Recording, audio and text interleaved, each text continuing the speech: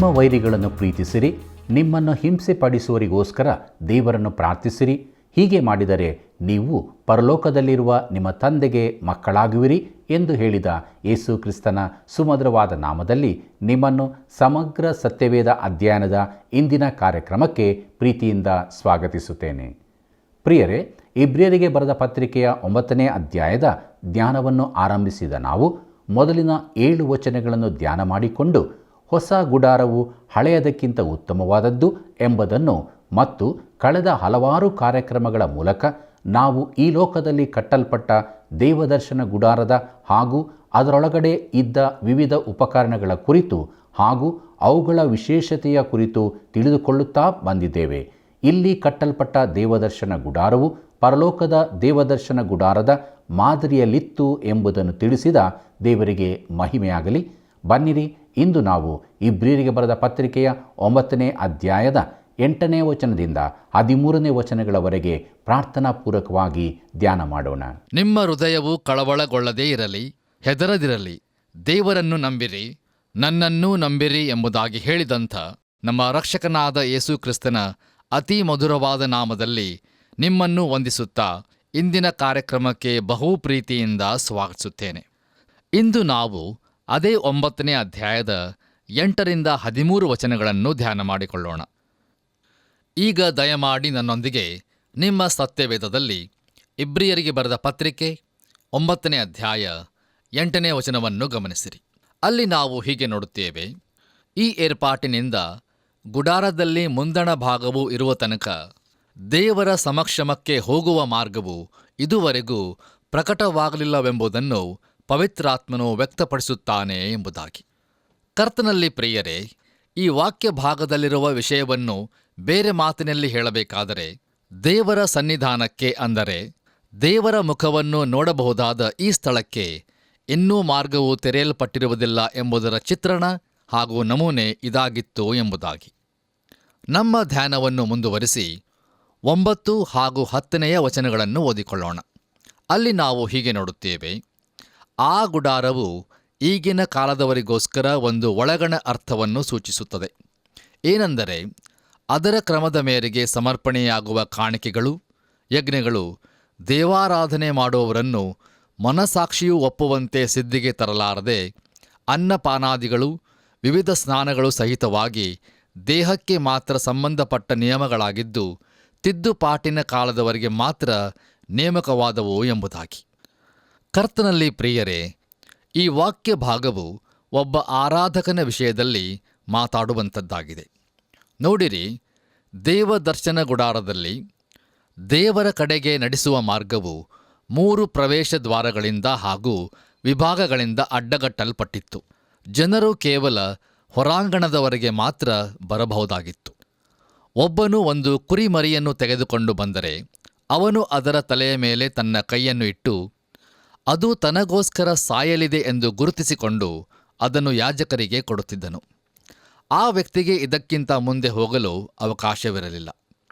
ಯಾಜಕರು ಅದನ್ನು ತೆಗೆದುಕೊಂಡು ಹೋಗಿ ತಾಮ್ರದ ಪೀಠದ ಮೇಲೆ ಅದನ್ನು ಯಜ್ಞವಾಗಿ ಅರ್ಪಿಸುತ್ತಿದ್ದರು. ಇದು ಪವಿತ್ರ ಸ್ಥಾನದಲ್ಲಿ ಜರುಗುತ್ತಿತ್ತು ಮತ್ತು ಯಾಜಕರು ಕೇವಲ ಈ ಪವಿತ್ರ ಸ್ಥಾನದವರೆಗೆ ಮಾತ್ರ ಹೋಗಬಹುದಾಗಿತ್ತು. ನಂತರ ಇದ್ದ ಅತಿ ಪವಿತ್ರ ಸ್ಥಾನಕ್ಕೆ ಜನರಾಗಲಿ ಯಾಜಕರಾಗಲಿ ಹೋಗಲು ಅವಕಾಶವಿರಲಿಲ್ಲ. ಅಲ್ಲಿಗೆ ಕೇವಲ ಮಹಾಯಾಜಕನು ಮಾತ್ರ ಹೋಗುತ್ತಿದ್ದನು. ಆದ್ದರಿಂದ ಪ್ರಿಯರೇ, ಈ ದೇವದರ್ಶನ ಗುಡಾರವು ಒಂದು ತಾತ್ಕಾಲಿಕ ವ್ಯವಸ್ಥೆಯಾಗಿತ್ತು. ಧರ್ಮಾಚರಣೆ ಹಾಗೂ ಧಾರ್ಮಿಕ ವಿಧಿಗಳ ಸೇವೆಯು ಸ್ವಲ್ಪ ಸಮಯಕ್ಕಾಗಿ ಮಾತ್ರ ಕೊಡಲ್ಪಟ್ಟಿದ್ದವು. ಕರ್ತನಲ್ಲಿ ಪ್ರಿಯರೇ, ಯೇಸು ಕ್ರಿಸ್ತನು ಮಾತ್ರ ನಮ್ಮನ್ನು ದೇವರ ಬಳಿಗೆ ಕರೆದುಕೊಂಡು ಬರಬಹುದು. ಆತನು ತಾನೇ ಹೀಗೆ ಹೇಳಿರುವನು: ನನ್ನ ಮೂಲಕವಾಗಿ ಹೊರತು ಯಾರೂ ತಂದೆಯ ಬಳಿಗೆ ಬರಲಾರರು ಎಂಬುದಾಗಿ. ಯೋಹಾನನು ಬರೆದ ಸುವಾರ್ತೆ 14ನೇ ಅಧ್ಯಾಯ 6ನೇ ವಚನ. ನೋಡಿರಿ ಪ್ರಿಯರೇ, ನಿಜವಾದ ಆರಾಧನೆಯು ಈ ರೀತಿಯಾಗಿರುತ್ತದೆ ಮತ್ತು ನಿಜವಾದ ಆರಾಧನೆಯು ಸೇವೆಗೆ ನಡೆಸುತ್ತದೆ. ನಾವು ಒಂದು ಸಾರಿ ದೇವರ ಪ್ರಸನ್ನತೆಗೆ ಬಂದು ಬಿಟ್ಟರೆ ಸೇವೆ ಮಾಡುವುದು ಯಾವ ಸಮಸ್ಯೆಯಾಗಿರುವುದಿಲ್ಲ. ಹೌದು ಪ್ರಿಯರೇ, ನಾವು ಪರಿಶುದ್ಧನಾದ ದೇವರನ್ನು ಕ್ರೂಜಿತನಾದ ರಕ್ಷಕನ ಆಧಾರದ ಮೇಲೆ ಸಮೀಪಿಸುತ್ತೇವೆ. ಆತನೇ ನಮ್ಮನ್ನು ಆರಾಧಿಸುವಂತೆ ಮಾಡಲು ಶಕ್ತನಾಗಿರುತ್ತಾನೆ. ಈ ಕಾರಣದಿಂದಾಗಿ ಅಪೊಸ್ತಲನಾದ ಪೌಲನು ಎಫೆಸದವರಿಗೆ ಬರೆದ ಪತ್ರಿಕೆ 5ನೇ ಅಧ್ಯಾಯ 18 ಹಾಗೂ 19ನೇ ವಚನಗಳಲ್ಲಿ ಹೀಗೆ ಬರೆಯುತ್ತಾನೆ: ಮದ್ಯಪಾನ ಮಾಡಿ ಮತ್ತರಾಗಬೇಡಿರಿ, ಅದರಿಂದ ಪಟಿಂಗತನವು ಹುಟ್ಟುತ್ತದೆ. ಆದರೆ ಪವಿತ್ರಾತ್ಮಭರಿತರಾಗಿದ್ದು ಕೀರ್ತನೆಗಳಿಂದಲೂ ಆತ್ಮ ಸಂಬಂಧವಾದ ಪದಗಳಿಂದಲೂ ಒಬ್ಬರಿಗೊಬ್ಬರು ಮಾತಾಡಿಕೊಳ್ಳುತ್ತಾ ನಿಮ್ಮ ಹೃದಯಗಳಲ್ಲಿ ಕರ್ತನಿಗೆ ಗಾನ ಮಾಡುತ್ತಾ ಎಂಬುದಾಗಿ. ಪ್ರಿಯರೇ, ದಯಮಾಡಿ ಗಮನಿಸಿರಿ. ಪವಿತ್ರಾತ್ಮಭರಿತರಾಗಿದ್ದು ಎಂಬುದಾಗಿ ಹೇಳಿದ ಕೂಡಲೇ ಅವನು ಹೇಳಿರುವ ಮೊದಲ ಸಂಗತಿಯು ಯಾವುದೆಂದರೆ ಕೀರ್ತನೆಗಳಿಂದಲೂ ಎಂಬುದಾಗಿ. ಇದು ಆರಾಧನೆಯಾಗಿರುತ್ತದೆ. ಒಬ್ಬ ದೇವರ ಮಗುವಿಗೆ ದೇವರಾತ್ಮನಿಂದ ತುಂಬಲ್ಪಡುವುದು ಹಾಗೂ ದೇವರಾತ್ಮನು ಕ್ರಿಸ್ತನ ಸಂಗತಿಗಳನ್ನು ತೆಗೆದುಕೊಂಡು ಅವುಗಳನ್ನು ವಾಸ್ತವಿಕವಾದವುಗಳನ್ನಾಗಿ ಮಾಡುವುದೇ ಇಡೀ ಲೋಕದಲ್ಲಿ ಅತಿ ರೋಮಾಂಚನ ಸಂಗತಿಯಾಗಿರುತ್ತದೆ. ನೋಡಿರಿ, ನಾವು ದೇವರ ಸನ್ನಿಧಾನದಲ್ಲಿ ಆರಾಧನೆಗಾಗಿ ಹೋಗಿರುವುದಾದರೆ ನಮ್ಮ ಹೃದಯದಲ್ಲಿ ಆನಂದವಿರುತ್ತದೆ ಮತ್ತು ನಮ್ಮ ಹೃದಯಗಳಲ್ಲಿ ಹಾಡುಗಳಿರುತ್ತವೆ. ಹೌದು ಪ್ರಿಯರೇ, ಆತನನ್ನು ಆರಾಧಿಸುವುದು ಅದ್ಭುತವಾಗಿದೆ. ದೇವರಿಗೆ ಮಹಿಮೆಯಾಗಲಿ. ಬನ್ನಿರಿ ಪ್ರಿಯರೇ, ನಮ್ಮ ವಾಕ್ಯ ಧ್ಯಾನದಲ್ಲಿ ಮುಂದುವರಿದು ಇಬ್ರಿಯರಿಗೆ ಬರೆದ ಪತ್ರಿಕೆ 9ನೇ ಅಧ್ಯಾಯ 11ನೇ ವಚನವನ್ನು ಓದಿಕೊಳ್ಳೋಣ. ಆದರೆ ಕ್ರಿಸ್ತನು ಈಗ ದೊರೆತಿರುವ ಮೇಲುಗಳನ್ನು ಕುರಿತು ಮಹಾಯಾಜಕನಾಗಿ ಬಂದು ಕೈಯಿಂದ ಕಟ್ಟಲ್ಪಡದಂಥ, ಅಂದರೆ ಈ ಸೃಷ್ಟಿಗೆ ಸಂಬಂಧಪಡದಂಥ ಘನವಾಗಿಯೂ ಉತ್ಕೃಷ್ಟವಾಗಿಯೂ ಇರುವ ಗುಡಾರದಲ್ಲಿ ಸೇವೆಯನ್ನು ಮಾಡುವನಾಗಿ ಎಂಬುದಾಗಿ ನೋಡುತ್ತೇವೆ. ಕರ್ತನಲ್ಲಿ ಪ್ರಿಯರೇ, ಈ ವಾಕ್ಯ ಭಾಗದಲ್ಲಿ ದೊರೆತಿರುವ ಮೇಲುಗಳನ್ನು ಎಂಬುದಾಗಿ ನಾವು ಗಮನಿಸುತ್ತೇವೆ.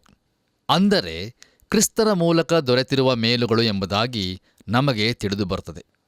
ಮುಂದೆ ನಾವು ಈ ವಾಕ್ಯ ಭಾಗದಲ್ಲಿ ಕೈಯಿಂದ ಕಟ್ಟಲ್ಪಡದಂಥ, ಅಂದರೆ ಈ ಸೃಷ್ಟಿಗೆ ಸಂಬಂಧಪಡದಂಥ ಘನವಾಗಿಯೂ ಉತ್ಕೃಷ್ಟವಾಗಿಯೂ ಇರುವ ಗುಡಾರದಲ್ಲಿ ಎಂಬುದಾಗಿ ನೋಡುತ್ತೇವೆ. ಕರ್ತನಲ್ಲಿ ಪ್ರಿಯರೇ, ಮನುಷ್ಯನು ಈ ಭೂಮಿಯ ಮೇಲೆ ಕಟ್ಟಿರುವ ಗುಡಾರದಲ್ಲಿ ಏನೂ ಇರುವುದಿಲ್ಲ. ಉತ್ಕೃಷ್ಟವಾದ ಗುಡಾರವು ಸ್ವಾಭಾವಿಕ ಸೃಷ್ಟಿಗೆ, ಅಂದರೆ ವಸ್ತುಗಳ ಹಾಗೂ ಕಟ್ಟುವವರಿಗೆ ಸಂಬಂಧಪಡುವುದಿಲ್ಲ. ಇಂದು ನಮಗಿರುವ ಸುಂದರವಾದಂಥ ಆಲಯಗಳು, ಅವುಗಳ ಒಳಗೆ ಅಲಂಕೃತವಾಗಿರುವಂಥ ಎಲ್ಲ ವಸ್ತುಗಳು ಕೇವಲ ಶರೀರ ಸಂಬಂಧವಾದವುಗಳಾಗಿದ್ದು ಅವು ನಮ್ಮ ಆತ್ಮೀಕ ಅಗತ್ಯತೆಗಳನ್ನು ಪೂರೈಸುವುದಿಲ್ಲ.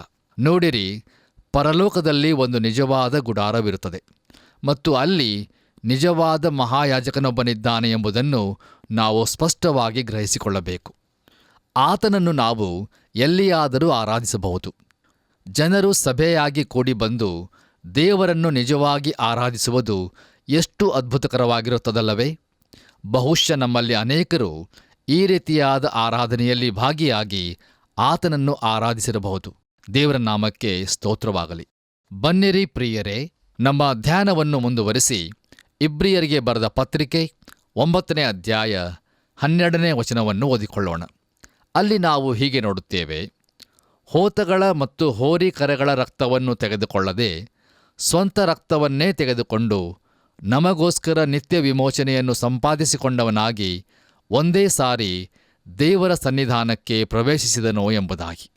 ಕರ್ತನಲ್ಲಿ ನನ್ನ ಪ್ರಿಯ ದೇವಜನರೇ, ನಮ್ಮ ರಕ್ಷಕನಾದ ಯೇಸು ಕ್ರಿಸ್ತನು ತನ್ನ ನಿಜವಾದ ರಕ್ತವನ್ನು ತೆಗೆದುಕೊಂಡು ಪರಲೋಕಕ್ಕೆ ಹೋದನು ಎಂಬುದಾಗಿ ಈ ವಚನವು ನಮಗೆ ರುಜುವಾತುಪಡಿಸುತ್ತದೆ.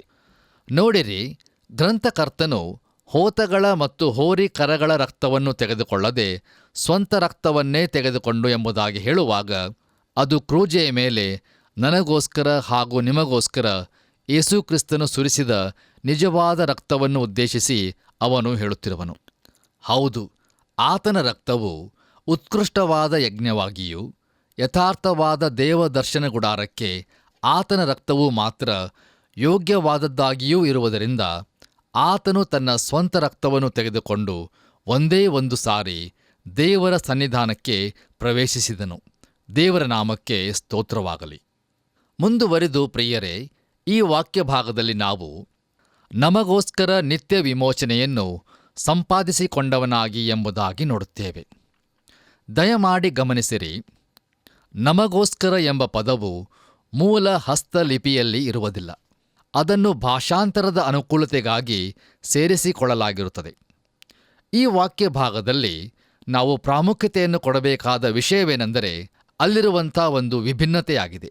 ಅದು ಯಾವುದೆಂದರೆ ಇಸ್ರಾಯೇಲ್ ಯಾಜಕರು ಸತತವಾಗಿ ಗುಡಾರವನ್ನು ಪ್ರವೇಶಿಸುತ್ತಿದ್ದರು ಮತ್ತು ಅಲ್ಲಿ ಸಿಕ್ಕುತ್ತಿದ್ದ ವಿಮೋಚನೆಯು ಒಂದು ರೀತಿಯಲ್ಲಿ ತಾತ್ಕಾಲಿಕವಾದದ್ದು. ಆದರೆ ಯೇಸು ಕ್ರಿಸ್ತನು ಪವಿತ್ರ ಸ್ಥಾನದಲ್ಲಿ ಒಂದೇ ಒಂದು ಸಾರಿ ಪ್ರವೇಶಿಸಿದನು ಮತ್ತು ನಿತ್ಯ ವಿಮೋಚನೆಯನ್ನು ಸಂಪಾದಿಸಿಕೊಂಡು ಬಂದನು.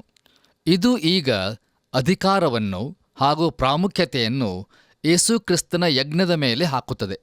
ನೋಡಿರಿ, ನಾವು ಯೇಸು ಕ್ರಿಸ್ತನ ಬೋಧನೆಗಳನ್ನು ಆಲಿಸಿದ ಮಾತ್ರಕ್ಕೆ ನಾವು ರಕ್ಷಿಸಲ್ಪಟ್ಟಿದ್ದೇವೆ ಎಂದು ಹೇಳಲಿಕ್ಕಾಗುವುದಿಲ್ಲ.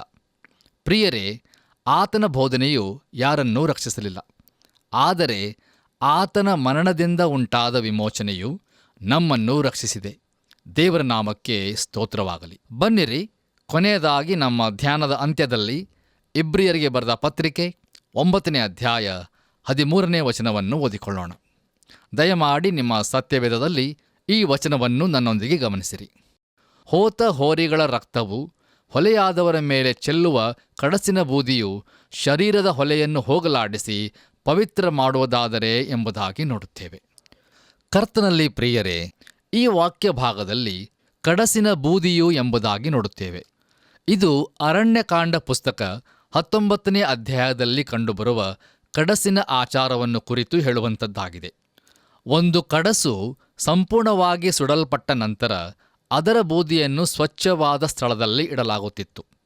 ನೋಡಿರಿ, ಒಬ್ಬ ಮನುಷ್ಯನು ಸಾಂಪ್ರದಾಯಿಕವಾಗಿ ಹೊಲೆಯಾದರೆ, ಅದರಲ್ಲೂ ಪ್ರಾಥಮಿಕವಾಗಿ ಹೆಣವನ್ನು ಮುಟ್ಟುವುದರ ಮೂಲಕ ಹೊಲೆಯಾದರೆ, ಯಾಜಕನು ಆ ಬೂದಿಯನ್ನು ತೆಗೆದುಕೊಂಡು ನೀರಿನಲ್ಲಿ ಅದನ್ನು ಕೂಡಿಸಿ ಆ ನೀರನ್ನು ಹೊಲೆಯಾದವನ ಮೇಲೆ ಚಿಮುಕಿಸಬೇಕಾಗಿತ್ತು. ಇದು ಸಾಂಪ್ರದಾಯಿಕವಾಗಿ ಒಬ್ಬನನ್ನು ಶುದ್ಧಿಗೊಳಿಸಿ ಅವನನ್ನು ತಿರುಗಿ ಸಭೆಗೆ ಸೇರಿಸಿಕೊಳ್ಳುವ ಕ್ರಮವಾಗಿತ್ತು. ಇಲ್ಲಿ ಪ್ರಿಯರೇ, ಕಡಸು ಒಂದು ನಿರ್ದಿಷ್ಟವಾದ ಸಂಕೇತ ಹೊಂದಿರುವುದನ್ನು ನಾವು ಗಮನಿಸಬೇಕಾಗಿರುತ್ತದೆ. ನೋಡಿರಿ, ಅಲ್ಲಿ ಉಪಯೋಗಿಸಲ್ಪಡುತ್ತಿದ್ದ ಕಡಸು ಗಂಡಾಗಿರದೆ ಅದು ಕೆಂದಾಕಳು ಎಂಬುದಾಗಿ ಸತ್ಯವೇದವು ನಮಗೆ ತಿಳಿಸುತ್ತದೆ. ಅಪೋಸ್ತಲನಾದ ಪೇತ್ರನು ಬರೆದ ಮೊದಲನೇ ಪತ್ರಿಕೆ 3ನೇ ಅಧ್ಯಾಯ 7ನೇ ವಚನದಲ್ಲಿ ಸ್ತ್ರೀಯು ಪುರುಷನಿಗಿಂತ ಬಲಹೀನಳು ಎಂಬುದಾಗಿ ನಾವು ಓದುತ್ತೇವೆ. ಪ್ರಿಯರೇ, ದಯಮಾಡಿ ಗಮನಿಸಿರಿ, ನಮ್ಮ ಬಲಹೀನತೆಯಿಂದಲೇ ನಾವು ನಿಜವಾಗಿಯೂ ಹೊಲೆಯಾಗುತ್ತೇವೆ.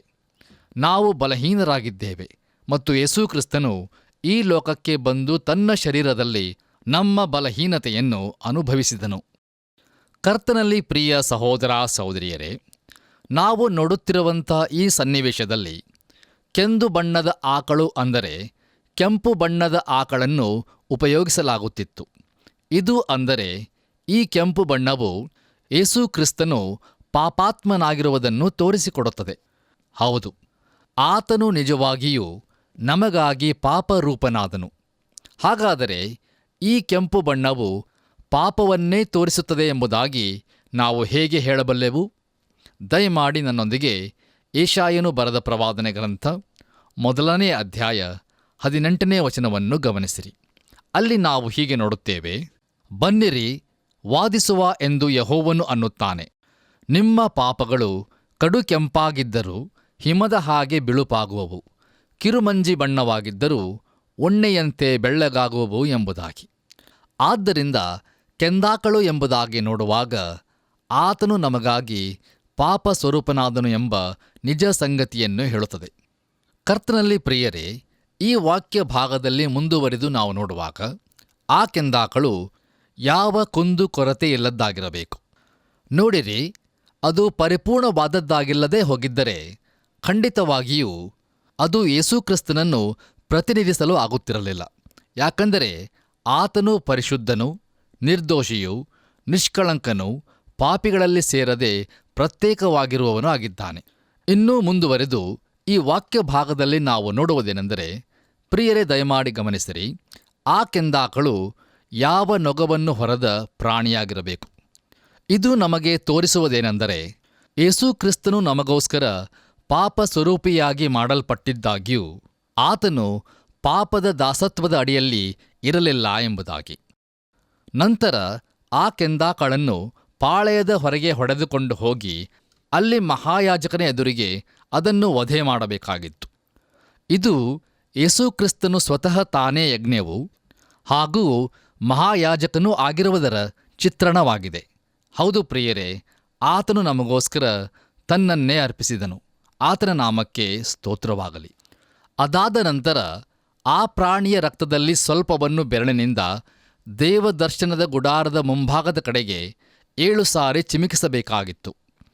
ನೋಡಿರಿ ಪ್ರಿಯರೇ, ಸತ್ಯವೇದದಲ್ಲಿ 7 ಎಂಬ ಸಂಖ್ಯೆಯು ಪರಿಪೂರ್ಣತೆಯ ಸಂಖ್ಯೆ ಎಂದು ತಿಳಿದುಕೊಳ್ಳುತ್ತಾರೆ. ಆದರೆ ಅದು ಪರೋಕ್ಷವಾಗಿ ಸರಿಯಾಗಿರುತ್ತದೆ. ಅದರ ಪ್ರಾಥಮಿಕ ಅರ್ಥವು ಸಂಪೂರ್ಣತೆಯಾಗಿರುತ್ತದೆ. ಇಲ್ಲಿ ಅದು ಯೇಸುಕ್ರಿಸ್ತನ ಯಜ್ಞವು ಮುಗಿಸಲ್ಪಟ್ಟ ಕಾರ್ಯ ಎಂಬ ನಿಜ ಸಂಗತಿಯನ್ನು ಕುರಿತು ಮಾತಾಡುತ್ತದೆ. ಒಂದು ಯಜ್ಞವು ವಿಶ್ವಾಸಿಯ ಪಾಪವನ್ನು ಬಗೆಹರಿಸುತ್ತದೆ. ದೇವರಿಗೆ ಮಹಿಮೆಯಾಗಲಿ. ಕರ್ತನಲ್ಲಿ ಪ್ರಿಯ ಸಹೋದರ ಸಹೋದರಿಯರೇ, ಮುಂದುವರೆದು ಈ ವಾಕ್ಯ ಭಾಗದಲ್ಲಿ ನಾವು ಗಮನಿಸುವುದೇನೆಂದರೆ, ಆ ಕೆಂದಾಕಳಿನ ಮೃತದೇಹವು ಮಹಾಯಾಜಕನ ಎದುರಿನಲ್ಲಿಯೇ ಸುಡಲ್ಪಡಬೇಕಾಗಿತ್ತು. ನೋಡಿರಿ, ದೇವರು ಲೋಕದ ಮೇಲೆ ಎಷ್ಟೋ ಪ್ರೀತಿಯನ್ನಿಟ್ಟು ತನ್ನ ಒಬ್ಬನೇ ಮಗನನ್ನು ಕೊಟ್ಟನು. ಹೌದು ಪ್ರಿಯರೇ, ಯೇಸುಕ್ರಿಸ್ತನು ತನ್ನನ್ನು ಯಾವ ನಿರ್ಬಂಧವಿಲ್ಲದೆ ಅರ್ಪಿಸಿದನು.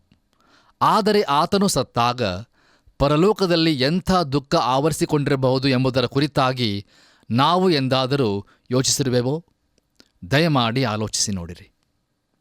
ಮುಂದೆ ನಾವು ಇದೇ ಅರಣ್ಯಕಾಂಡ ಪುಸ್ತಕ 19ನೇ ಅಧ್ಯಾಯದಲ್ಲಿ ದೇವದಾರು ಮರದ ಕಟ್ಟಿಗೆಯನ್ನು, ಹಿಸ್ಸೋಪ್ ಗಿಡದ ಬರಲನ್ನು ಸುಡುವ ಬೆಂಕಿಯಲ್ಲಿ ಹಾಕಬೇಕು ಎಂಬುದಾಗಿ ನೋಡುತ್ತೇವೆ. ಕರ್ತನಲ್ಲಿ ಪ್ರಿಯ ದೇವಜನರೇ, 1ನೇ ಅರಸುಗಳ ಪುಸ್ತಕ 4ನೇ ಅಧ್ಯಾಯ 33ನೇ ವಚನದಲ್ಲಿ ಅವನು, ಅಂದರೆ ಅರಸನಾದ ಸೊಲೊಮೋನನು, ಲೆಬನೋನಿನ ದೇವದಾರ ವೃಕ್ಷ ಮೊದಲುಗೊಂಡು ಗೋಡೆಯಲ್ಲಿ ಬೆಳೆಯುವ ಹಿಸ್ಸೋಪ್ ಗಿಡದವರೆಗಿರುವ ಎಲ್ಲಾ ವನಸ್ಪತಿಗಳನ್ನೂ ಕುರಿತು ಪ್ರಸ್ತಾಪಿಸಿದನು ಎಂಬುದಾಗಿ ನೋಡುತ್ತೇವೆ. ಪ್ರಿಯರೇ, ಇದರಿಂದ ನಾನು ತಿಳಿದುಕೊಂಡಿರುವುದು ಹಾಗೂ ನಂಬುವುದೇನೆಂದರೆ, ಯೇಸುಕ್ರಿಸ್ತನು ಕೇವಲ ಮಾನವ ಕುಲವನ್ನಷ್ಟೇ ವಿಮೋಚಿಸಲಿಲ್ಲ, ಆದರೆ ಆತನು ಇಡೀ ಜಗತ್ತನ್ನೇ ವಿಮೋಚಿಸಿದನು. ನೋಡಿರಿ, ಪಾಪದಿಂದ ಶಾಪಕ್ಕೆ ಗುರಿಯಾಗಿರುವ ಈ ಲೋಕದಲ್ಲಿ ನಾವು ಜೀವಿಸುತ್ತಾ ಇದ್ದೇವೆ.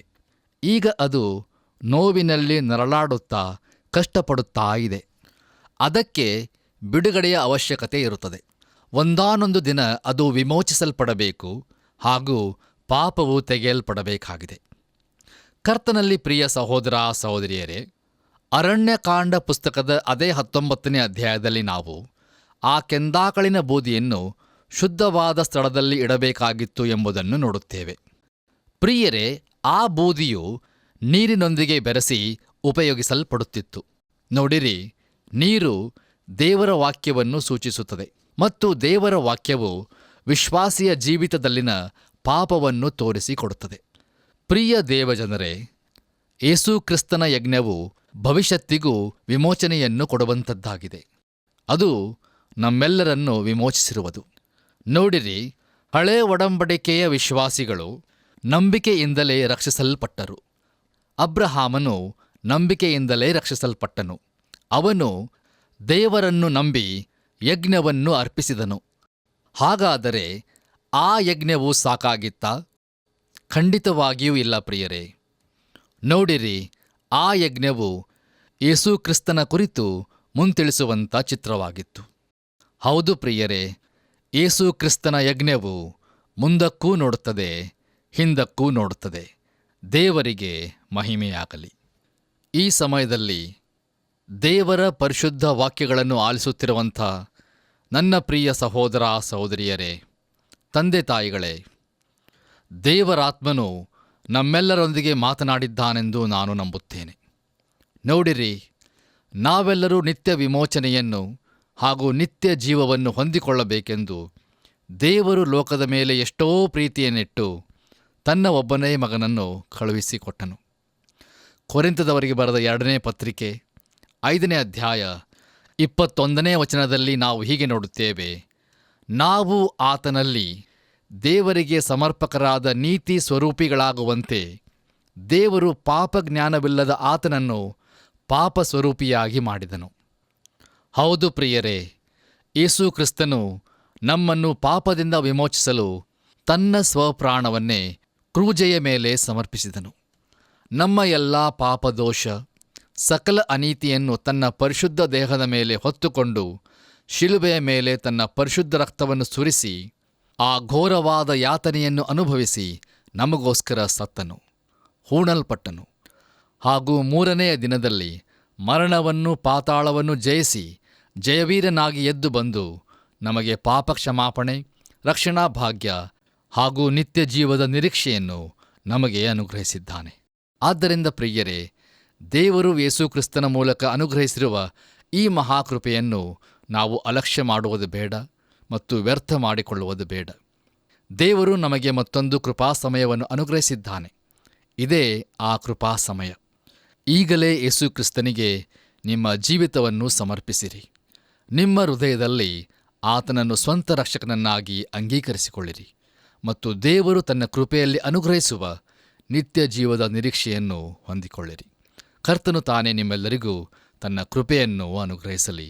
ಆಮೆನ್. ಪ್ರಿಯರೇ, ನಾವು ವೀಕ್ಷಿಸಿದ ಕಾರ್ಯಕ್ರಮದಲ್ಲಿ ಇಬ್ರಿಯರಿಗೆ ಬರೆದ ಪತ್ರಿಕೆಯ 9ನೇ ಅಧ್ಯಾಯದ 8ನೇ ವಚನದಿಂದ 13ನೇ ವಚನಗಳನ್ನು ಧ್ಯಾನ ಮಾಡಿಕೊಂಡು ಆತ್ಮಿಕ ಆಶೀರ್ವಾದಗಳನ್ನು ಹೊಂದಿಕೊಂಡಿದ್ದೇವೆ. ಆತನ ನಾಮಕ್ಕೆ ಸ್ತೋತ್ರವಾಗಲಿ. ಈ ಭೂಮಿಯ ಮೇಲಿದ್ದ ದೇವದರ್ಶನ ಗುಡಾರದ ಕುರಿತು ಒಬ್ಬರು ದೇವಸೇವಕರು ಹಾಕಿರುವ ಹೊರರೇಖೆಯನ್ನು ಉಪಯೋಗಿಸಿ ಹಲವಾರು ಸಂಗತಿಗಳನ್ನು ತಿಳಿದುಕೊಂಡೆವು. ಈ ಲೋಕಕ್ಕೆ ಇಳಿದು ಬಂದ ನಮ್ಮ ಕರ್ತನಾದ ಯೇಸು ಕ್ರಿಸ್ತನು ಶ್ರೇಷ್ಠ ಯಜ್ಞವಾಗಿ ನಮಗೋಸ್ಕರ ನಿತ್ಯ ವಿಮೋಚನೆಯನ್ನು ಸಂಪಾದಿಸಿಕೊಂಡವನಾಗಿ ಒಂದೇ ಸಾರಿ ದೇವರ ಸನ್ನಿಧಾನಕ್ಕೆ ಪ್ರವೇಶಿಸಿದನು. ಆದುದರಿಂದ ಪ್ರಿಯರೇ, ಆತನು ನಮಗೋಸ್ಕರ ಮಾಡಿದಂಥ ಶ್ರೇಷ್ಠವಾದ ವಿಮೋಚನಾ ಕಾರ್ಯಕ್ಕಾಗಿ ಆತನನ್ನು ಸ್ತುತಿಸಿ ಆರಾಧಿಸೋಣ. ಬನ್ನಿರಿ, ಪ್ರಾರ್ಥನೆ ಮಾಡಿಕೊಳ್ಳೋಣ.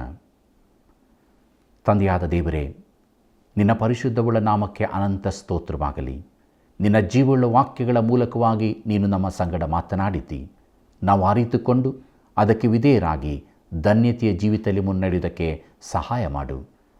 ಯಾರ್ಯಾರು ಸ್ವಾಮಿ ತಮ್ಮನ್ನು ತಗ್ಗಿಸಿಕೊಂಡು ಯಥಾರ್ಥವಾಗಿ ಪ್ರಾರ್ಥನೆ ಮಾಡುತ್ತಿದ್ದಾರೋ ಅಂಥ ಜೀವಿತಗಳನ್ನು ಕರುಣಿಸು. ಅವರ ಕಷ್ಟಗಳಿಂದ ಬಿಡಿಸು. ಅವರ ಕಣ್ಣೀರನ್ನು ಒರೆಸು ಸ್ವಾಮಿ. ಅವರು ನಿರೀಕ್ಷೆಯ ಜೀವಿತಕ್ಕೆ ನಡೆಯುವುದಕ್ಕೆ ಸಹಾಯ ಮಾಡು. ಇಡೀ ಭೂಲೋಕದಲ್ಲಿ ಸಮಾಧಾನವನ್ನು ನೆಲೆಗೊಳಿಸಬೇಕಾಗಿ ಬೇಡುತ್ತೇವೆ. ಜನರೆಲ್ಲರೂ ನಿನ್ನನ್ನು ತಿಳಿದುಕೊಂಡು ನಿನ್ನ ಅಂಗೀಕಾರ ಮಾಡಿ ನಿನ್ನಲ್ಲಿ ಜೀವಿಸುವಂತೆ ಕಾರ್ಯ ಮಾಡು. ಯೇಸುವಿನ ನಾಮದಲ್ಲಿ ಬೇಡಿದ್ದೇವೆ ತಂದೆಯೇ, ಆಮೆನ್. ಪ್ರಿಯ ಸಹೋದರ ಸಹೋದರಿಯರೇ, ಬಹಳ ಪ್ರೀತಿಯಿಂದ ನೀವು ನೀಡುತ್ತಿರುವ ಮಿಸ್ ಕಾಲ್ಗಳು ನಮ್ಮನ್ನು ಕರ್ತನ ಸೇವೆಯಲ್ಲಿ ಬಲಪಡಿಸುತ್ತಿದೆ. ನಿಮಗೆಲ್ಲರಿಗೂ ಹೃದಯಪೂರ್ವಕವಾದ ವಂದನೆಗಳು. ಅನುದಿನವೂ ಕಾರ್ಯಕ್ರಮವನ್ನು ವೀಕ್ಷಿಸಿ ದೇವರ ಆಶೀರ್ವಾದ ಹೊಂದಿಕೊಳ್ಳಿರಿ ಹಾಗೂ ಕರೆ ಮಾಡಲು ಮರೆಯಬೇಡಿರಿ. ತಿರುಗಿ ಮುಂದಿನ ಧ್ಯಾನದಲ್ಲಿ ಭೇಟಿಯಾಗೋಣ. ಕರ್ತನ ಕೃಪೆಯು ಸದಾ ನಿಮ್ಮೊಂದಿಗಿರಲಿ.